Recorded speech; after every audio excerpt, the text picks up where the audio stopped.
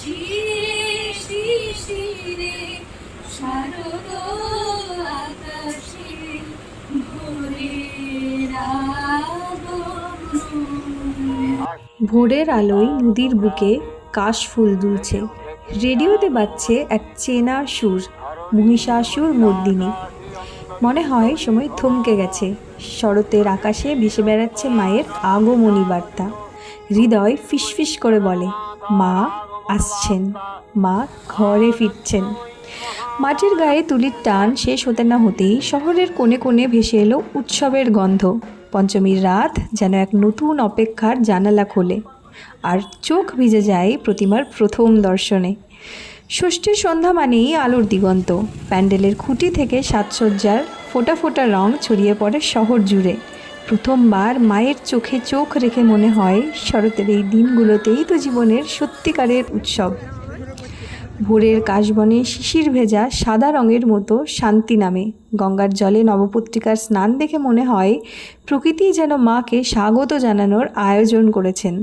আর রাত নামলেই পায়ে পায়ে শহরের পথ চলা, এক প্যান্ডেল থেকে আরেকটি, আলো থেকে আলোয় সারা রাত কেবল ভিড় আর বিস্ময়ের উৎসব।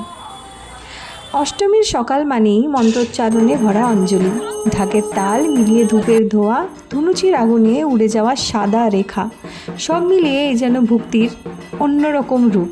দিনের ব্যস্ততা শেষ হলে সন্ধ্যা সাজে নতুন উচ্ছ্বাসে, শিশুরা মেতে ওঠে, বড়রা হারিয়ে যায় শিল্পের সৌন্দর্যে, আর দেবীর চোখ যেন এক রহস্যময় আলোক ছটায় তাকিয়ে থাকে আমাদের দিকে।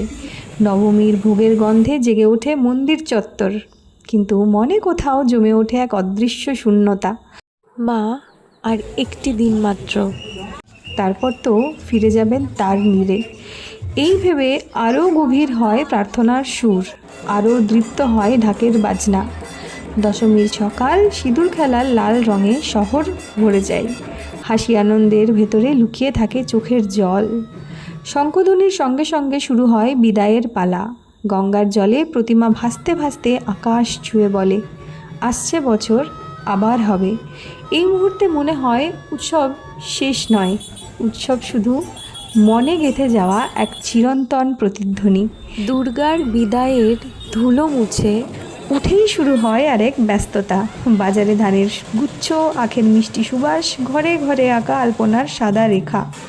সবাই আবার তৈরি মা লক্ষ্মীকে আহ্বান জানাতে। বাঙালি উৎসব শেষ হয় না, শুধু রূপ পাল্টায়, শুধু গল্প বদলায়।